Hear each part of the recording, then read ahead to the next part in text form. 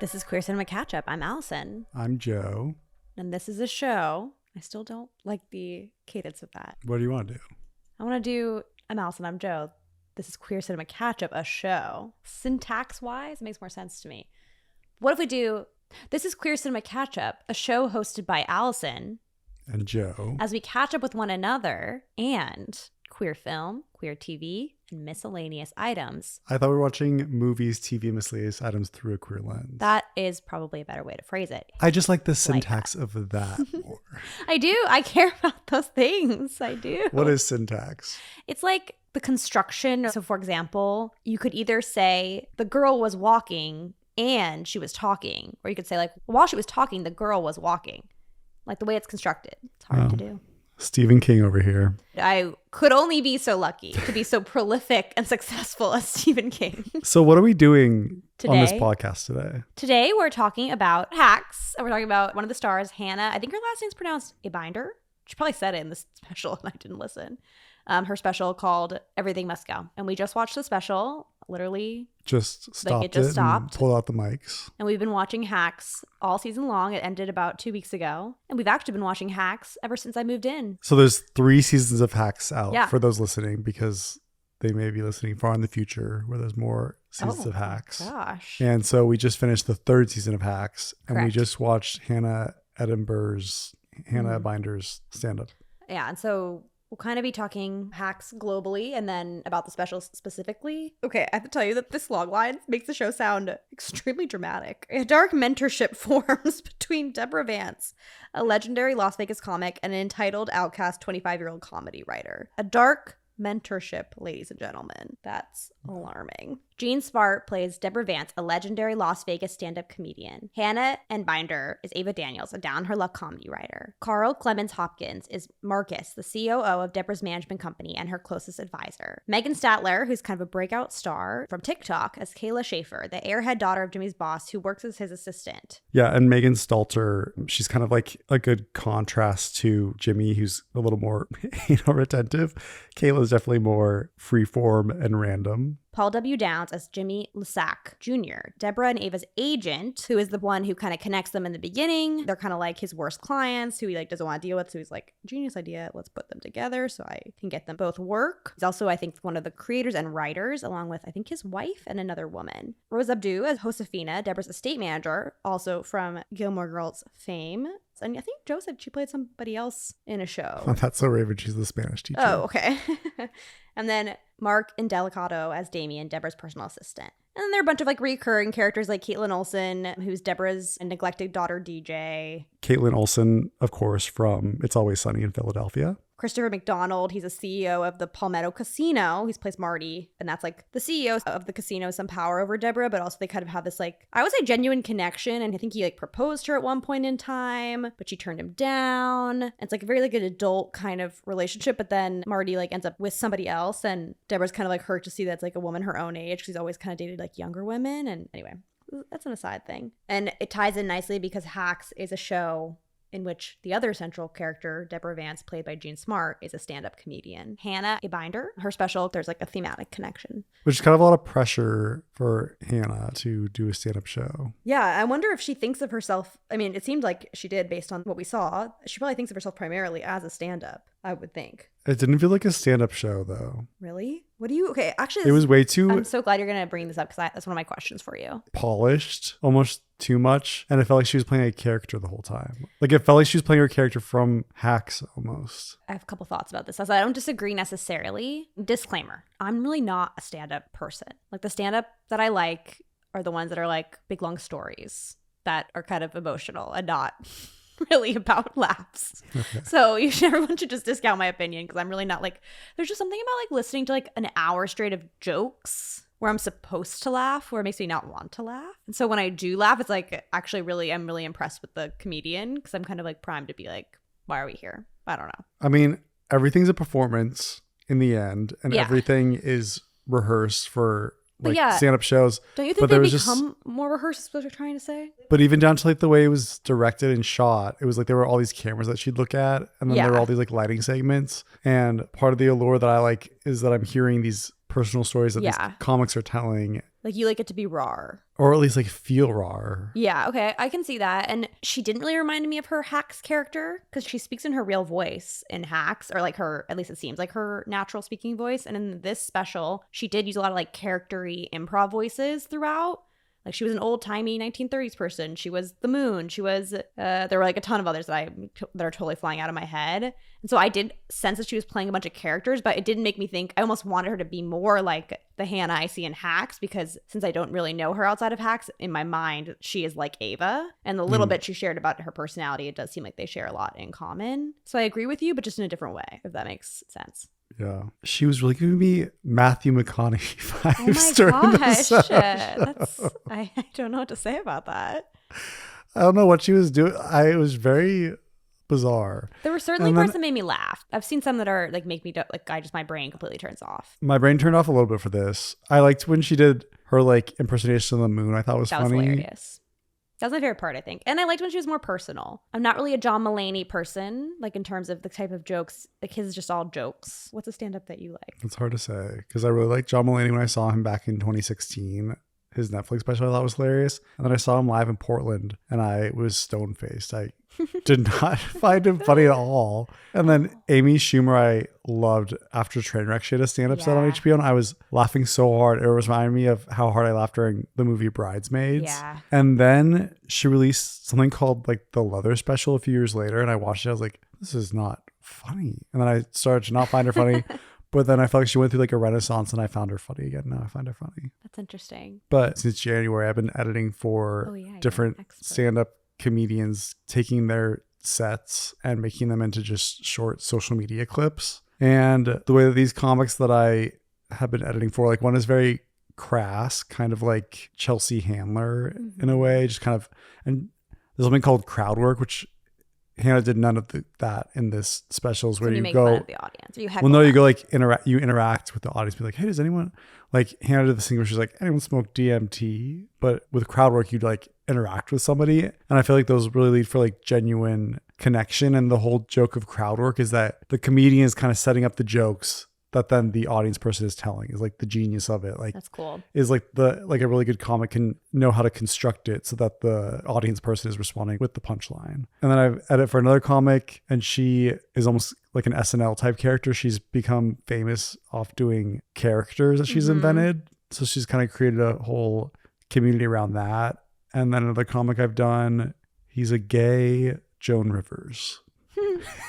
Yeah. All three of them do a lot of crowd work, and what Hannah Einbinder, there's no one way to do it, but I just found hers to be, there's a little bit too much of a polished facade on it that felt disingenuous. Yeah, I was craving the and then when the authenticity would shine through, I was like, oh, I like this part. But then like there were just like a lot of parts where I could feel like there was like a performative element to it. Oh, and like certain parts, I was like, I wonder if she ever did try out for SNL, because I feel like I could see these kind of like bits she's doing becoming characters that could play well like in a skit or a sketch. So actually Hannah comes from a background of actor parents. Her parents are Lorraine Newman and Chad Einbinder, and Lorraine specifically was on Saturday Night Live since its inception, and then she left in 1980. So Hannah is an offspring of SNL royalty. All right. But I'm curious what you think about like the way stand-up works in Hacks. Do you buy Jean Smart as a stand-up? Yes. Say more, because I feel like you are way more of an expert than me on this. Well, of course, in Hacks, they can be selective in what they show. And talk about polish, like the whole thing is scripted, of course, by writers. But I just think Jean Smart is an incredible performer. And she's also in... God, like, I want to look up her acting background. I was gonna ask that. I was gonna say, what is something that I only know, first thing you remember Jean Smart from? I only know her from two things, really. Well, three things that come to mind. One is Bringing Down the House, starring Queen Latifah and Steve Martin. And I watched that a lot growing up. I could not say how it holds up now, because it's basically about a white suburban family that takes in Queen Latifah. I think they're trying to protect her from a shooting. Oh no. I'll look up the Probably synopsis. In hindsight. Wait, should I read the synopsis? Sure. Okay, what's the other thing while I look it up? Then she was in Watchmen, the TV show on HBO, and she is hilarious in that show too. And then she was also in this show in like the late 80s, early 90s, I think, called Designing Women, but I'm not too familiar about that show. So when I Googled her, I discovered These Things Not Bringing Down the House, which, by the way, is about lawyer Peter Sanderson, played by Steve Martin, wants to dive back into dating after his divorce and has a hard time meeting the right woman. But he lucks out with online dating and meets a fellow lawyer. The two agree to meet in the flesh, but the woman he meets, an escaped African-American convict named Charlene, Queen Latifah, is not what he expected. Peter is freaked out, but Charlene convinces him to take her case and prove her innocence. And along the way, they become friends. So who is Jean Smart in that? Jean Smart is Steve Martin's ex. And I remember this. One of the few scenes I remember this movie is Queen Latifah's teaching Steve Martin how to dance, and he's like, he's doing this like hilarious. You probably watched it at my house. I think because I watched it. So it was in rotation. Did. I loved this movie, and she was like teaching you how to move. He's like moving his hips and being like, yeah, I saw this his Steve Martin self. And then Jean Smart just happens to be at the same. I don't know if it was a club or it was some restaurant where there's dancing. I don't know what the setup was, but she like sees him dancing in the distance, and I just remember she goes, "He didn't dance like that with me." Oh my she's gosh, like, I so remember this. She's really like devastated by this, and I think that in the end, Queen Latifah that kind brings of them together because it like brings out Steve Martin is like so like tight, like so she loosens him up, tight collar. She loosens him up, and she was never actually romantically interested in him. She just wanted him to take her case. Yes. Okay. I was like, what? He dumps her? Like, it's awful. Okay, yeah. Fair. And I'm pretty sure there's a scene in the movie where Queen Latifah gets shot. That's how you describe. You were like, this is a movie about Queen Latifah getting shot. She has a Nokia phone. And it stops the bullet? Yeah. Wait, I definitely saw this movie. Oh my gosh, I'm so disturbed that you're like unlocking a memory for me. But for me, Jean Smart, I have to confess that I only knew her from Hacks and Mayor of Easttown. But oh yeah, I forgot she's a Mary. Both were nominated that year for the Emmys, and I believe it was not until the Emmys that I realized, horrifyingly, embarrassingly, it was the same person because they look so different. Jean Smart's so glamorous and beautiful in Hacks, and she's made to look so like old and like that's so crazy. Yeah, I like did not know they were the same person. So someone with great actor. Someone with undiagnosed face evasion would say that. Don't say that. You agreed at the time. What did I agree at the time? We were watching Hacks, and then it was the Emmys, and I was like, I did not realize like that was the same person. She like really inhabits the characters differently, and you were like, yes. And this is a real conversation that happened. I said yes. You said something else. Let me take out my notebook. Write down everything you say. Anyway, but yeah, I hadn't seen anything. Well, at least consciously, I haven't seen anything else that she's been in. But I'm very impressed, and I do buy her as a stand-up because I think she just has like the presence. Do you know what I mean? What is that word? Je ne sais quoi. Yeah. I think it's a phrase, actually. But I believe the character is slightly inspired by Joan Rivers. Would you agree with that? Yes. Which is interesting because so is The Marvelous Mrs. Maisel, which is also a show about a stand-up comedian, is supposed to also be based on Joan Rivers. I think of Joan Rivers more with Marvelous Miss Maisel than I do with Hacks, but I definitely see like a trailblazing woman on the comic scene that's older now. And I guess like maybe something important to say for people who haven't seen Hacks. From the first season, it's about one of the brightest female stand-up comedies from like the 80s, I would say, right? Who was the top of her game, was supposed to get late night show, the first woman to host late night. And then she supposedly burned down her ex-husband's home and was kind of canceled. And now years later, she has a good following in Vegas, but she's kind of like a washed up like hack, makes like jokes that aren't funny and kind of like insensitive. Her manager wants her to kind of liven up her routine or whatever, and he encourages her to hire this like Gen Z hyper progressive writer who herself has also been canceled because she apparently like tweeted something that was inappropriate, and she got kicked off of like her one show she'd been a writer for, and so she has to like come to Vegas and like grovel for this job with like a quote unquote hack. And then one of the best scenes is from the pilot where she's being interviewed in Jean Smart's home, and they have this like battle where they're throwing zingers at each other, and then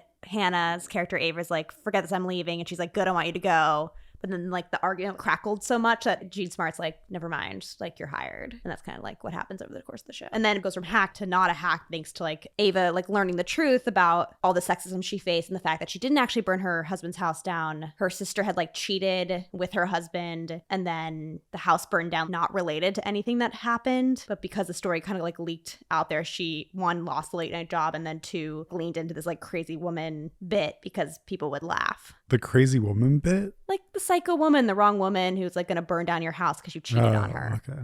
And I don't remember. It's been a minute since I've seen the first and second season. I did rewatch today Quid Pro Quo, which is the one where Ava had gotten really drunk and was on Xanax, and she wrote an email to like a TV show. And then Jimmy, played by Paul Downs, he's spending the whole episode trying to cover this up for Ava.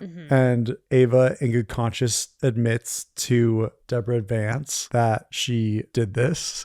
And then she's trying to be a good person. And there's like one of the most hilarious moments in the show is they're in this shop with gems and stuff. Crystals. Because they're on a road trip. Jean Smart's going to take her comedy show on the road to create a new special because of Ava's encouragement that she needs to tell her real stories. So I think that's important. But continue. So Ava's like, Deborah, I have to tell you something. And Deborah's like, oh, what? Tell me. And then Ava's like, I wrote this really nasty email and I was really drunk. I had taken Xanax. I said a lot of things that I didn't even mean, and I sent it to this TV company, and they're going to include the email in the TV series. I forget how it's going to be worked into the TV series. Well, it's this TV series about a tyrant, abusive female boss. Okay. And then at this point, Deborah Vance is like clutching one of the crystals. And then Ava's like, but it probably won't even go to series. It's not very good. Deborah Vance is like, who's starring in it? And Ava goes, Helen Mirren.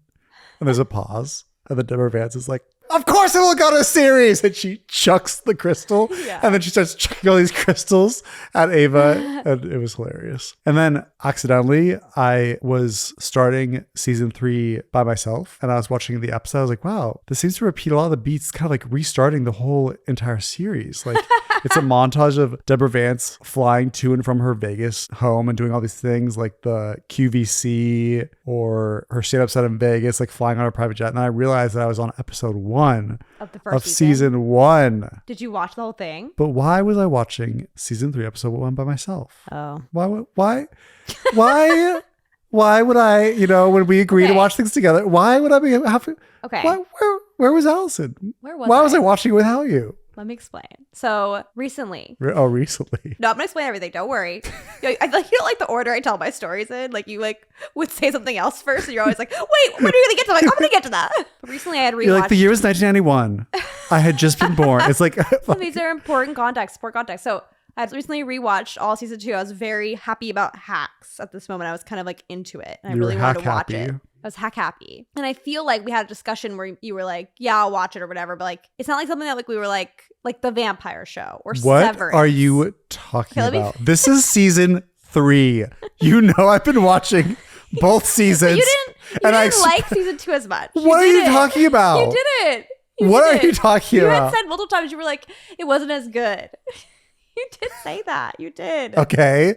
I don't remember what happened. Okay, well, it doesn't really matter. The point is that I did watch some of that by myself. I really wanted to know what was going to happen. I was really invested after having just rewatched season 2. And when that happens to me, I have such a burning desire to know. And I just really care about story and I can't help it. I mean, I could help it, but I chose not to. So I'm sorry. I did watch, I think, 3 episodes by myself. But then we watched the rest together. Yeah. Now, I do sometimes watch things by myself. You can bow and yang it. I don't really think this is a bad thing. I mean, like, it just depends on the show, like, and how important the watching experience is. Because, like, also, I feel like I'm going to watch something and other people aren't going to be, and this isn't about Hacks, but I mean, like, if I'm watching something in a big group and, like, people aren't going to, like, pay attention, they're just going to be, like, talking over it, I'm going to want to watch it again. Because, like, I'm a TV gal. Like, I want to know everything that's going to happen. It really, like, do you know what I'm trying to say? Like, I kind of want to take it seriously sometimes. So I'll watch it, and then I'll watch it again with my friends. No, because it's not the same. The reaction isn't the same when you've already seen it. Yeah. Which is why we're saying like Severance, except for that one time. But that was with you. I did. Okay, we're just going to tell the story really quickly.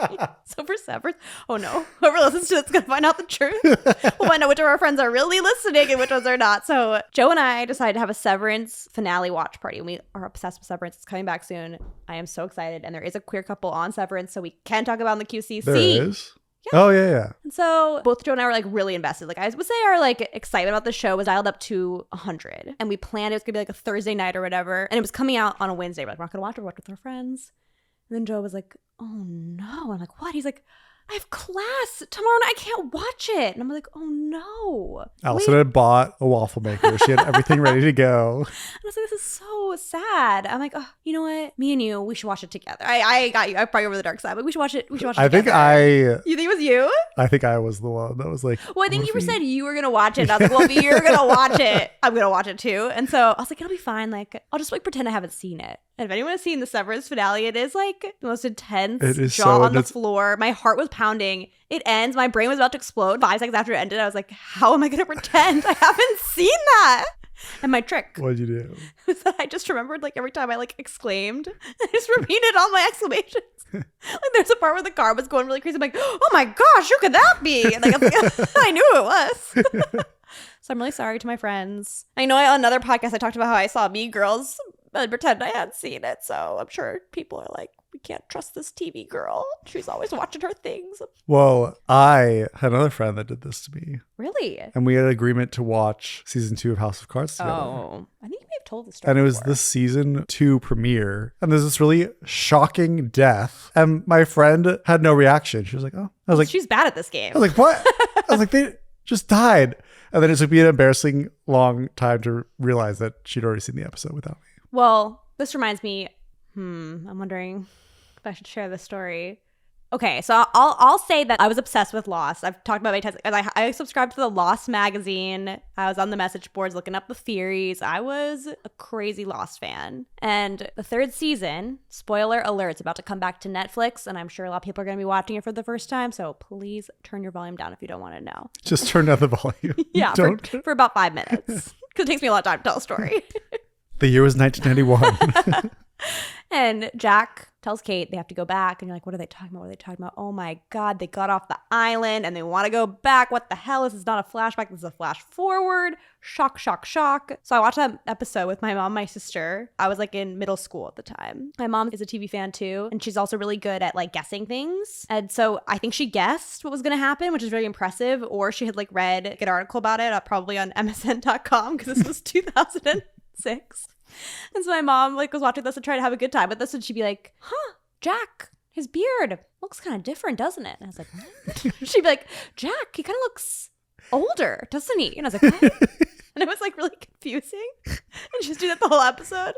And then like the last 15 minutes, I forget what she said, but all of a sudden I was like, what do you mean? Is this the future? And then Jack's like, we have to go back. And I was so mad at my mom. And I was probably really mean. So I'm sorry, Mom. I was like, how could you tell me the twist? But what would your Lost magazines talk about?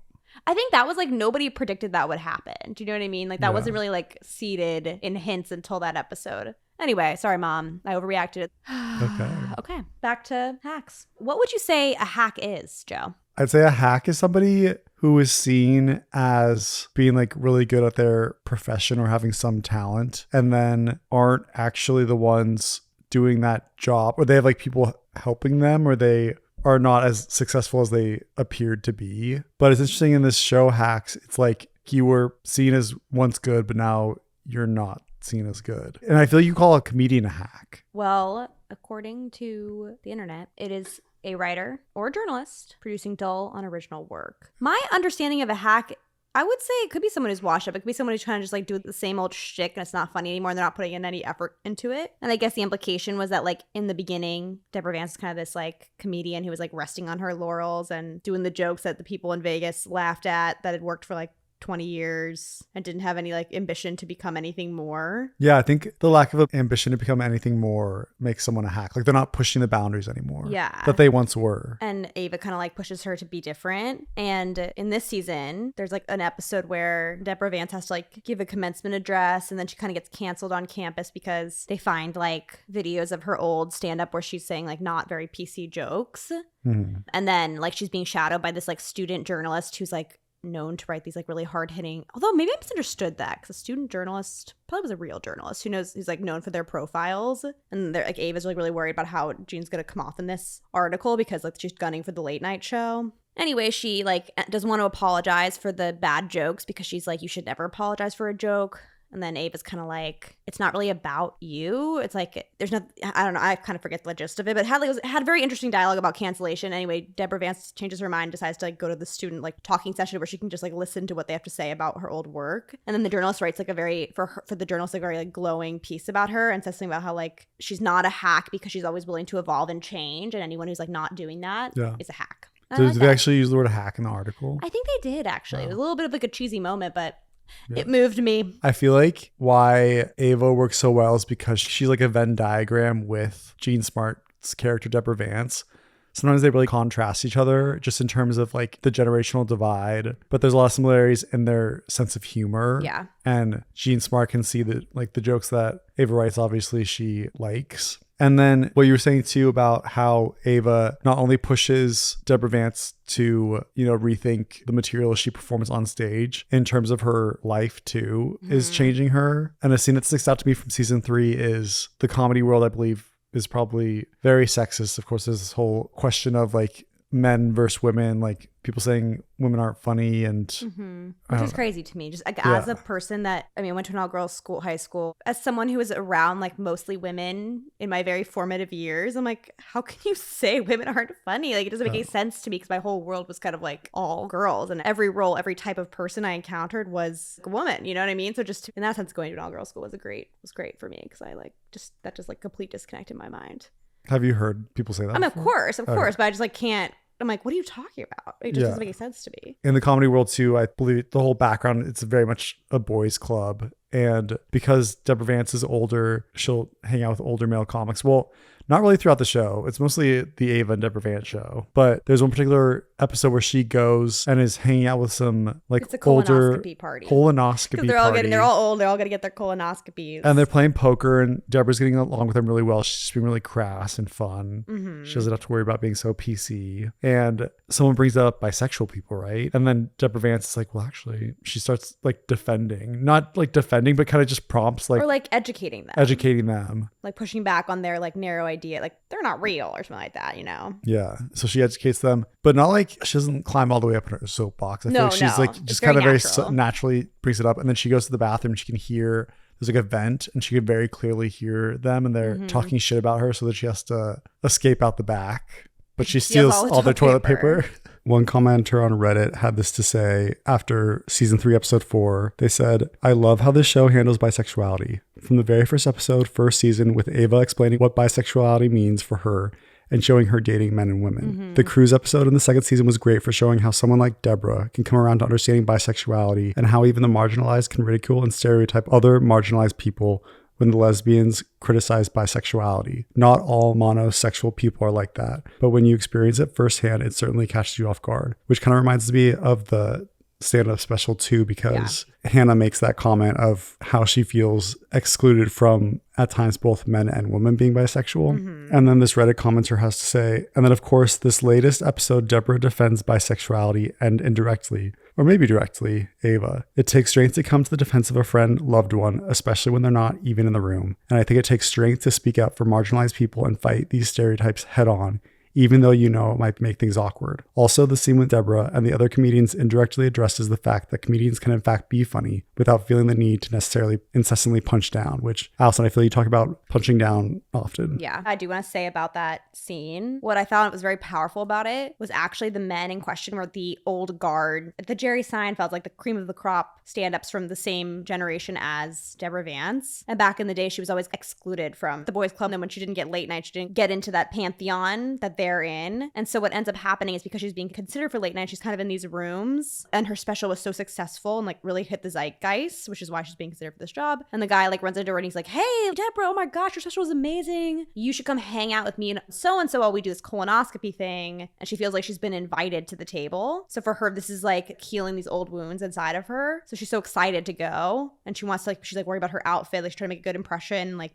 be one of the boys. And then she gets there and she finds that because of her experience with Ava, she's changed. And even though she wishes she wants to be there, she doesn't want to be there. And so I just thought that was really moving. And then she's like kind of angry at Ava, but also not angry at her. It's really smart writing. Do you want to get to the reason why we're doing it? Why are we doing it? Well, we were watching it this season and I was like, well, we can do hacks because Ava's bisexual and there are different like, you know, little motifs about that we could talk about. And I think we were kind of like, but then the last episode, it has something to say. And we felt like we wanted to talk about it. I don't think there was ever a point where you did not want to talk about it. Well, but I understood what you meant. Like, I felt like, unlike if it was like a drama, you know what I mean? Yeah. The end of season 3 is really good. There's this scene between Ava and Deborah Vance, and it's escalated to a point where Deborah Vance finds out that she gets the late night show that she's been wanting for over 30 years now, and she had promised that Ava would get to be head writer on the show. It's a very touching, moving scene, because earlier in the season, Jean Smart had told Ava, you know, you're going to go back to your TV show, but like you should also be taking some time while you're here working on like a project of your own. Like you should be writing a screenplay or like writing a book. Like you need to like still become your own writer. And every time Ava would try and write, she couldn't do that. She'd be like writing something in her journal, and she shows it to Deborah Vance, and Deborah's like, what is this? And it's all jokes for the late night show. Like the whole time she was just writing for Deborah. Like that's how connected they are creatively, interpersonally. And Deborah's really moved by this. And she's like, well, the head writing job is yours. I could never do this without you. Something like that. Yeah. And it is moving.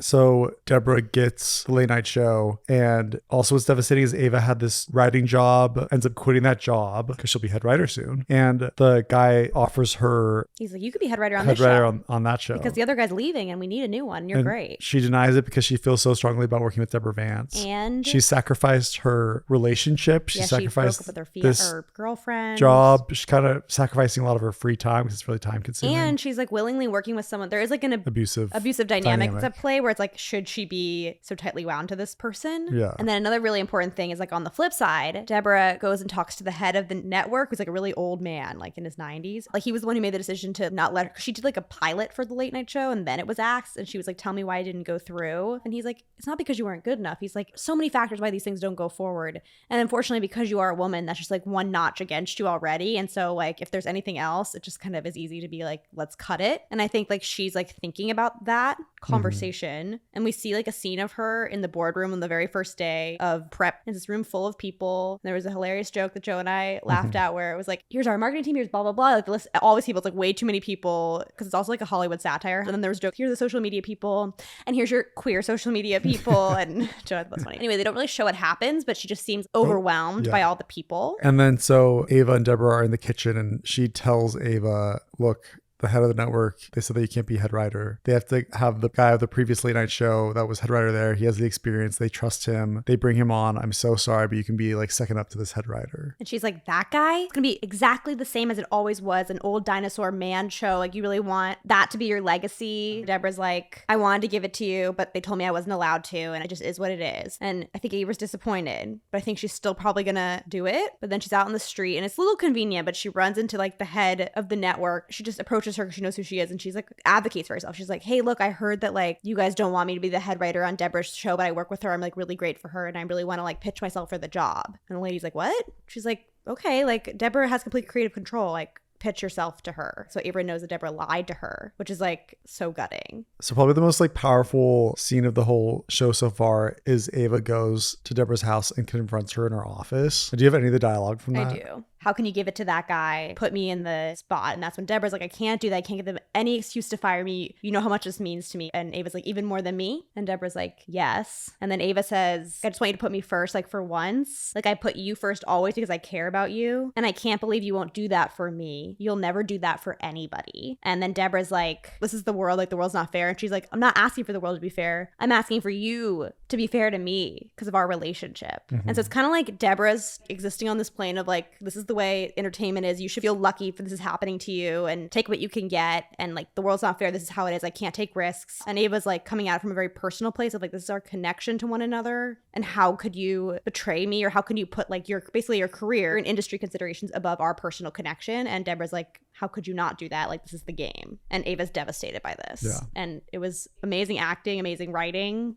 I think Ava said something to Deborah, like, go ahead and pop the champagne yourself because you're just gonna be drinking it alone like you always are. And so then she's really upset and she's in the convenience store and she's gonna buy like candy. And then she looks up at the shelf and she sees a bottle of champagne and you can see in her eyes that she's deciding to buy the champagne. And she had just had a conversation with her manager where he's like, I think you should still take the job. It's like what's best for you in terms of your career since you quit the other job. And so when you see her looking at the champagne, you think that she's like, all right, even though Deborah screwed me over and even though I'm so hurt, I'm just gonna like go to her and take this like second in command job. And that's kind of what I took away from that little scene. But I kind of also had a feeling like the other shoe was going to drop. So I was like really confused. Yeah. And then the last scene is Deborah on her first day on set. She goes to her parking spot. She's in like a cute outfit. She like sees her name written on the sign by the spot, reveling in the moment. But then there's also like sadness passing by her face because she's like no one to share this with.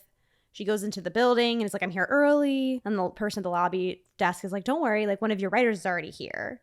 And she walks into the room and there's Ava. And it's like, oh, she's like, I'm so glad to see you. And we're all like, oh, okay. But heartwarming. Ava's here. But like inside, you kind of know it's camp at the end of the season. It's interesting because throughout each season, I feel like they grow. But then at the end of each season, it always leads to some climax where either Deborah Vance is on top or Ava's on top. Like Joe said, it always ends with one of them on top and one on the bottom. And so Ava comes over to Deborah and is like, you know, you slept with that other head of the network when you were trying to get the late night show and you thought you didn't get it, but nobody knows that except for me. And I could tell everybody that you did that. So it makes it look like you slept your way to get into the job. And Deborah's like, what? And she's like, so I think I'm your head writer now. And then Deborah's like, you wouldn't do that. And Ava goes, I wouldn't you? Whoa. So it's like she's become a little bit like Deborah. Yeah.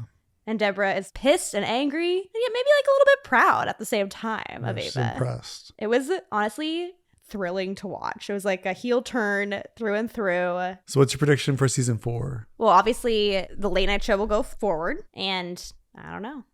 I will say that I don't know. I think they're going to really lean into the late night of it all because they've always been able to get huge guests onto the show. So I'm sure they're going to like have a lot of celebrity guest appearances and stuff like that. But plot wise, I don't really have a prediction. I do think, or I know rather, that the writers, when they pitched the show. Are you going to give me spoilers? No, it's going to sound like a spoiler, but it's not a spoiler. They pitched the show. They pitched the very last scene of the show and the people in the room bought the show based on that one scene. Oh, cool. And so they do know where they're going. It's supposed to be 5 seasons. Oh, nice. Wait, so who came on top in season 1? I would say actually it was a shared victory because... But isn't season 2 also a shared victory? Doesn't... Oh, no. Season 1, Jean Smart comes out on top because she gets to do a big stand-up thing. It's her last night. She's going to do the raw personal stuff, but it totally flops. But then she decides with Ava that it's so good, she's going to take it on the road because it made her remember why she loves comedy.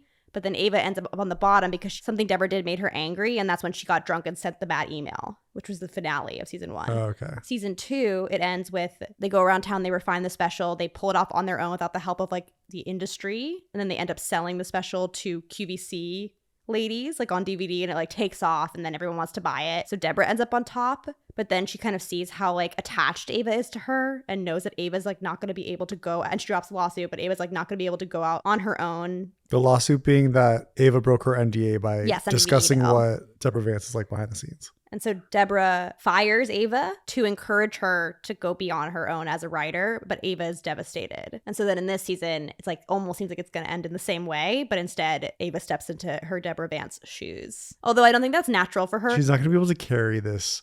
It was kind of like surprising to see her in this light in the finale, but I don't think she's going to carry that like the actor themselves. I don't think really. I thought her performance was really strong in the last. To carry it the whole season. I mean, I think that's going to be what's interesting is I don't think that the character is that kind of person, and so it's going to be her struggling to be this kind of shark when I don't know if that's who she really is. So who comes out on top of season 3? Ava. I mean season 4. Oh, I don't know. You have to choose. Well, I'm going to go with flip flop. It's probably going to be Deborah. So Deborah's won twice, Ava's won once, and now Deborah will win a third time. Of course, she's Deborah Vance. I don't really know how it would end the show. Like, I have no idea where this could possibly go. Just give it what? What do you mean? You're a writer. I know, but I find like they're not my characters. So I don't know. I want to go along on the journey. I don't want to predict. Season 3 is the first time where I was like, whoa, could this show end on a happy note? I mean, the life of like Joan Rivers is really interesting because she in real life really wanted to be on The Tonight Show. She wanted Johnny Carson's job. Do you know who Johnny Carson is? I do know who Johnny Carson is, yes. And she really wanted it. She didn't get it. She like guest hosted for him a lot. And then also it was kind of at war. Like David Letterman also didn't get Johnny Carson's spot. Who did get? Who's got the really big chin? Jay Leno. Jay Leno got The Tonight Show. What are you? Are you a stand-up comedian? What was I doing? I don't know. You didn't really make a joke. Never mind. And then, of course, Jimmy Fallon is the most recent entrance into The Tonight Show. Did you hear that Seth Meyers is doing so poorly in the ratings? Like, or all of it. It's all losing money, right? They're going to not bring back the band that has been on the show since 2014. That's strange. For Seth Meyers' show? Yes. That show's been around for 10 years. Yeah. That's crazy. But I'm like, what's going on? But yeah, it's like everyone was really fighting for the Tonight Show spot, and Joan Rivers was one of them, and she didn't get it. And I think she was pretty outspoken on how disappointed she was about it. And then I think there was some bad blood between her and David Letterman too. This is all hearsay, so how about I do some fucking research? This is from biography.com, so I don't know how factual this can be. But the reason why Joan Rivers didn't get the Tonight Show is because Joan Rivers and Johnny Carson had a falling out. For more than 20 years, comedian Joan Rivers was one of the most popular guests on one of television's most popular shows, The Tonight Show, with a series of hosts since its 1954 premiere. Rivers had performed previously on the show when it was hosted by Jack Parr, a disastrous appearance that was a career setback. In 1962, Carson became its new host, and Tonight quickly became the showcase for emerging comedians. Rivers repeatedly auditioned for the show without success, and by early 1965, many in the industry told her she was washed up, aged just 31. That is so wrong. And it makes me really sad to think of like the way that I know Joan Rivers. Of course, I'm sure she's had a lot of problematic comedy that I don't endorse, but like the way I was introduced to Joan Rivers is like a woman on the red carpet being really who crass. had like being really crass, a ton of plastic surgery, being very judgmental of other women, and like it's like just so depressing. And how disastrous could that comedy appearance have been? And it just makes me question, maybe you shouldn't always buy the reviews of the past. Let me put it like that.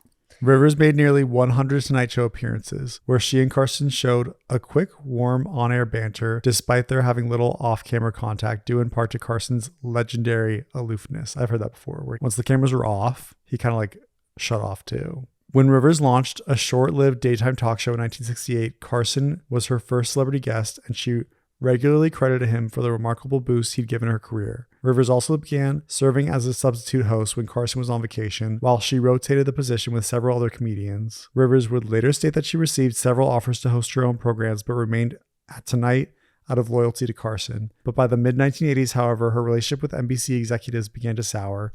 She was resentful that they had not signed her to a long-term deal to keep her with the show and the network. And when NBC, concerned that Carson might soon retire, prepared a list of possible permanent replacements, Rivers didn't make the cut. So in 1986, Rivers was approached by Barry Diller and executives from the soon-to-launch Fox television network. Diller tried to lure Rivers away with a $10 million contract for her own show, making her the first female late-night host. It was revealed by the network that Rivers would be hosting, and she didn't get a chance to tell Carson personally before the news broke. Wow. And so I think that's what made the rift happen. Because her decision to host her own talk show against the king of late night, Johnny Carson, ended the longtime bond between Rivers and her mentor, and led to the most challenging and painful period in her career. Oh, okay. So having heard that, then that suddenly unlocked a prediction is that maybe Ava's going to ride high on the power, and then they're going to offer her like a variety show at the same time slot. Oh, yeah. Which would be great. You only live for so long, right? Like if an opportunity comes to start your own late night, you should do it. Reading that, it does seem like the inspiration probably did come a lot from Joan Rivers, because a lot of that sounded familiar to the beats of the show. So do you think that Deborah's show will be a success? I feel like it's going to be the sad motif. Like network TV is dying, right? So it's like she gets the prize it's not a prize anymore. It's so interesting that they're reacting all so big, but it just seems like a dated concept. They tried to sell it like this season, like they were able to get her name into the conversation by... Oh, ladies and gentlemen, looks like we have a surprise special guest calling in, my sister Anna. Hi. Did the code work? Did you text it to me? Yeah. Where are you? I'm in Bend. Where are you? I'm in my living room recording a podcast with Allison. Hi. I got really excited when you were saying there was a code. I thought you were here because you were like, what's the code? I was like, oh, you thought she was Did you surprise me? I was like, oh my gosh, Anna's here. She's wanting the Hulu login since we share the password. Can you do a podcast when they're in separate states? Yeah. We could totally do that. Caroline wants to do that too. What would you want to talk about? Dog fancy, probably. Yeah, I want to remember the particulars of the game because I... Dog fancy the game? Yeah, what's the game? I don't ever remember playing a game. It was like... Allison's like, it's one of my favorite memories. Did you? Yo, that was definitely that fun. was caught on tape. I can't believe there was ever a dog fancy movie. That's because we didn't have dogs yet. Wait, so what's your guys' topic you're talking about now? We're talking about Hacks. Have you seen it? What are your thoughts? I only watched those episodes with you. Anywho, we got a lot to catch up on. Yeah. And I are doing AI photos of ourselves, so You're doing AI photos. if you look at my LinkedIn picture, it's an AI photo of me. Wait, What? really? Wait, Allison's going to pull it up really quick. I wonder if I would have known if you hadn't said it. Okay, see. Oh my gosh. You look like a... What's that one show that you like, Allison, with all the disguises? Orphan Black. You look like a Russian orphan black. Is that a good thing or a bad thing? It's good. Allison's wincing. I'm just so amazed. No, it's But if good. you look at it, can you tell, like, straight off the bat that it's AI? No, well, I Well, wonder. Allison's famous for saying that she can spot AI. I mean, now I don't know because you told me, so I'm not sure. It's this app called Rummy. Like, you can be, like, in medieval times, or you could be, like, high school in the 90s. I'll text you a handful of mine that I took. Oh my gosh, I'm excited. Can you do one with you and a dog on the cover of Dog Fancy? Oh my gosh, if I could, I would. Well, thank you for calling in and being a surprise guest. It was delightful. Love you. Love you. Bye. Which this reminds me, What? we have news We- that we didn't share on the podcast yet. We do? Yes, something that you've been asking our listeners to do for a very long time. Oh, guys, this is a really big deal. I'm not prepared to talk about it, so I don't want to make it seem like I'm not excited, but I cannot explain to you. So yeah, my excitement is through the roof because we finally got an email, not from my sister. Sorry, Caroline, I was very excited to get your email, but this was like, I lost my mind when I saw there was an email. In the subject line, fan mail, you guys. Fan mail. I lost Allison my left mind. me a voice memo in real time. I was like, Joe, you won't believe what happened. You won't believe what happened. And it was from our wonderful friend Jens. And he wrote in to say, just discovered the podcast and have been binging it all day. Love hearing you chat. Been quietly laughing at the office. And he was listening to the episode about Interview with a Vampire. And he said that he had a recommendation for us because he's been rewatching one of his favorite shows, which is actually also one of Joe's favorite shows, True Blood. I'm quoting Jens now. It's really bloody and crazy. And in fact, also very queer. If you haven't seen it, you should definitely check it out. All 7 seasons of it. Yeah. And I think we should do it. Because you know how I feel about TV. Should. Thank you, Jens, for suggesting a TV show. I feel like he's on my side. Jens, what is this?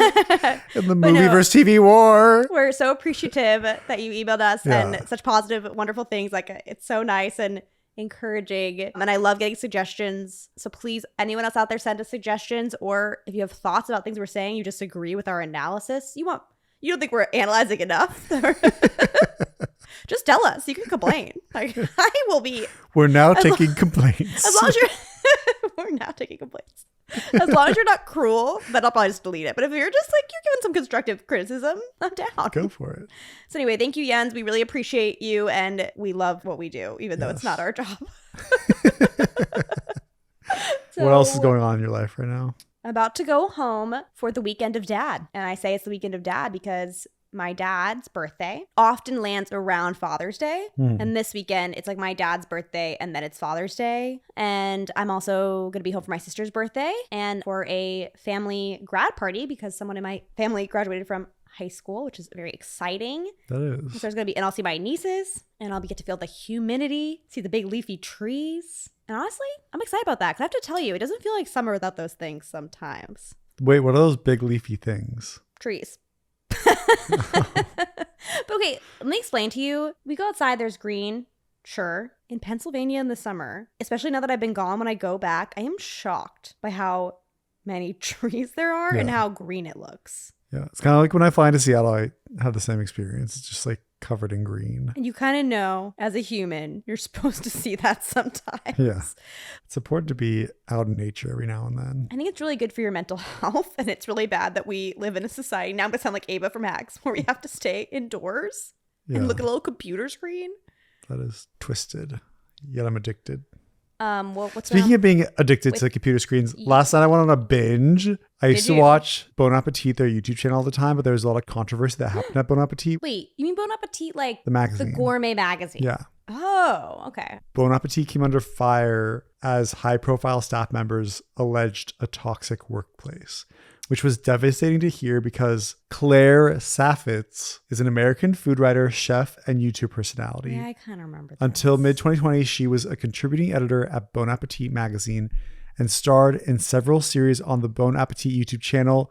My favorite being Gourmet Makes. It was this incredible YouTube show that I loved watching, and so did 5+ million people because these would always go viral. And at this time I was working at Cut over in Seattle, so I was very tuned in to YouTube. And so whenever I'd see a video of hers pop up, I'd be always so happy. What did she do? Oh, Claire didn't do anything bad, but she left because of the Oh, I see. The toxic workplace. What's she doing now? So she has her own YouTube channel. So she did pastry chef attempts to make gourmet Skittles, pastry chef attempts to make gourmet Ferrero chocolates, gourmet instant ramen, gourmet Doritos, gourmet Krispy Kreme, gourmet Kit Kats, gourmet Oreos. And the Oreos and the Kit Kats were my favorite episodes, especially the Kit Kats episode. She was describing like junk foods that you eat that you don't even think about how they're made or how they're processed because they're so heavily processed. But then to make it from a gourmet standpoint with like real ingredients, it makes you really think of like what you're consuming. And when she's like describing the Kit Kat, she's talking about how like important the snap of the Kit Kat is to the experience. Or even with like the Oreo, the distinct snap and crispiness of the cookie paired with the creamy center of the cookie. I'm like, wow, like you just never think of analyzing these junk foods, you know, you just kind of consume them. These episodes would be shot over days because she would look up ingredients. She would try to eat the food and try to taste what it tasted like. And she would test out in the test kitchen to come up with like the flavors. And maybe she get the flavor profile right, but then like the texture wouldn't be right. Or like, particularly I remember from the Kit Kat episode is when she'd snap it, it was tempered chocolate. Like when you temper chocolate, that's how it gets that like shiny like snap to it. Yeah, it makes sense because the inside of a Kit Kat looks like tempura. I was talking about the shiny chocolate on the outside. Oh. Tempered chocolate. It was like snapped. And she was really struggling to get the tempered chocolate right. She was like doing it over and over again, messing up. And she like finally gets it at the end. But the one I watched last night was the Oreo episode. And it had been such a long time since I'd seen it. And it was so charming to watch just because it was one of the few ones where it was kind of a victory for her. She like didn't struggle. She actually like got it pretty spot on in the beginning. But it was just such a lovely experience. And I miss that show. But Claire now has her own channel. Maybe I should just look it up really quick. Do you think in another life you would be a chef? I like love the idea of it, but it's too late. No, I mean in another life. Sure, yeah. So now Claire does her own version of the gourmet. So she'll do like, I tried making homemade zebra cakes. What's a zebra cake? I think it's like a Twinkie. I think I did watch that one. But the views aren't as much as Bon Appetit, which is such a shame. Well, I feel very similarly about stand-up as I do about cooking shows. I love cooking shows. I don't find As them a kid, interesting. I used to grab a bowl of Raisin Bran cereal and I'd sit at the kitchen island and I'd pull up a Williams-Sonoma magazine. Oh yeah, you're so cute actually. Look at the foods in the magazine and pretend that I was eating it. It's so cute. You told me that a long time ago. I just love like the process of cooking is always so wonderful. And then of course the taste of food is amazing. I mean, I enjoy cooking, but watching a cooking show, I love it. I don't like it. You know why? There's no drama. I need my drama. Have you heard of Kitchen Nightmares? What are you talking about? What are you talking about? That's not There's real. so much drama. During the pandemic, my mom was watching a lot of what's that British Bake Off show? The Great British Bake Off. So my mom was like really into it. And when I came back, we'd like watch it and I'd be like I'll watch this, but I'm not really like riveted.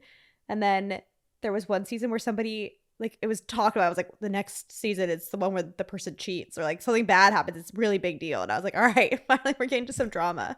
And the drama was that somebody took something out of the fridge and it like ruined the dish because they wanted to put their own thing in the fridge. Okay, but it didn't really get me. You know what I'm saying? The Great British Bake Off stands out so much because that show purposely avoids drama. Allows the people competing to like still be really kind and friendly to each other. Yeah. That's why it sticks out against all these like Kitchen Nightmare. Or what's that? Chopped. My mom likes Chopped as well. So hacks. What are like queer moments from the show? Okay, so actually I have a lot to say about this. Very first episode, in that scene I was talking about earlier where Deborah's kind of interviewing Ava, it's going badly. Deborah goes, "Are you a lesbian?" Ava's like, "Pretty sure you're not allowed to ask me that." And then they kind of have a bit of banter, and then Ava has this big long statement, which I've seen it on TikTok and they've cut out the punchline, which is interesting. But she'll be like, the thing about my sexuality is like, and she like describes how she's attracted to women and like feels more emotionally connected to them. And she's like, but sometimes I can only come when there's a dick inside of me. And so, yeah, I'm bisexual. Or like she has this like really kind of crude, long-winded way of saying that she's bisexual. Yeah. And the punchline was the penis part.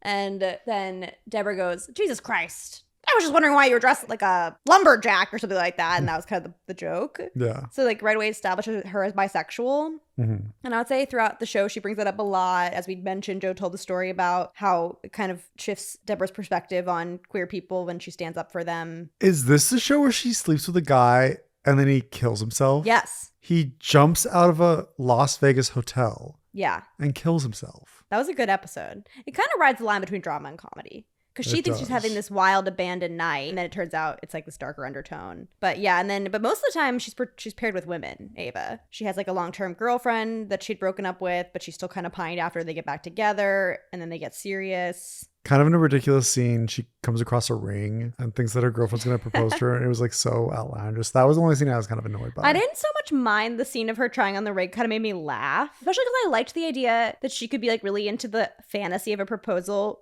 even if it's a woman who's proposing to her. Do you know what I mean? Because you don't really see that on TV a lot. You see like a girl obsessing over her wedding who's straight. It's kind of like funny to see it like, oh yeah, like queer girls. You can be any kind of girl. You can hate weddings. You can love weddings. Yeah. And yet you're queer. So I kind of enjoyed that moment. But then their breakup, because they hadn't spent a lot of time like developing their relationship, even though I kind of in theory liked that her girlfriend was angry that she was choosing Deborah, this woman who's so awful to her, over going with her to Iceland for her movie shoot or whatever. But they just hadn't like done a lot with that character, so it kind of felt like inauthentic. Do you know what I mean? Mm. Yeah, and then I guess my favorite thing, they had the most interesting thing to say about sexuality that I've heard in a long time, which is there's this episode where they accidentally get booked on a lesbian cruise and Deborah's irate because she plays really well with gay men, but like lesbians hate her because she makes a lot of sexist jokes and stuff like that. But then on the cruise, with the help of Ava, she kind of like leads into the idea of like getting along with the gals, and like it's going really successful until like she does this misstep and all the lesbians turn on her. It's very funny. Yeah. But there's this earlier part in the episode where Ava's like asking her like, you know, a lot of your comedy is about how you have sex with guys and it's not good.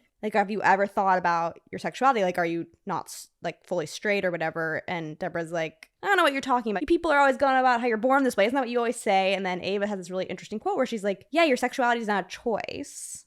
Maybe you are born that way and you don't choose who you are. But it is a choice to actually look at your sexuality. And like a lot of us, and this part's not a quote, this is me reflecting on that. Like I think we're just like kind of in this world where people don't encourage you to look at your sexuality, especially women. And so maybe a lot of our sexualities are more broad than we think out there in the world, not ours. I mean like people's. And we just don't live in a culture that's very inclusive or encouraging of exploration. Are there any cultures on the face of the earth that is? I'm sure that there are. And I also think like in the past, there were different sexual mores, right? Like we just lived, we come from a very puritanical culture that's like pure to the core. Pure. Anyway, I thought that was a really good quote. And I think, yeah, it really is. I think people should think about their sexualities. Not because we're not saying you should think about it because you might find out you're queer. Not saying that. We're just saying, why wouldn't you want to consider an essential part of yourself and like get to know yourself better? Yeah. That's what we're saying. And not that. And by we, I mean me, because I'm not sure Joe's saying that with alongside of me. What? I kept saying the royal we, but I was the one talking. So I don't mean to speak for you, but I assume you agree. Yeah. He agrees. See what I did there? I tricked him.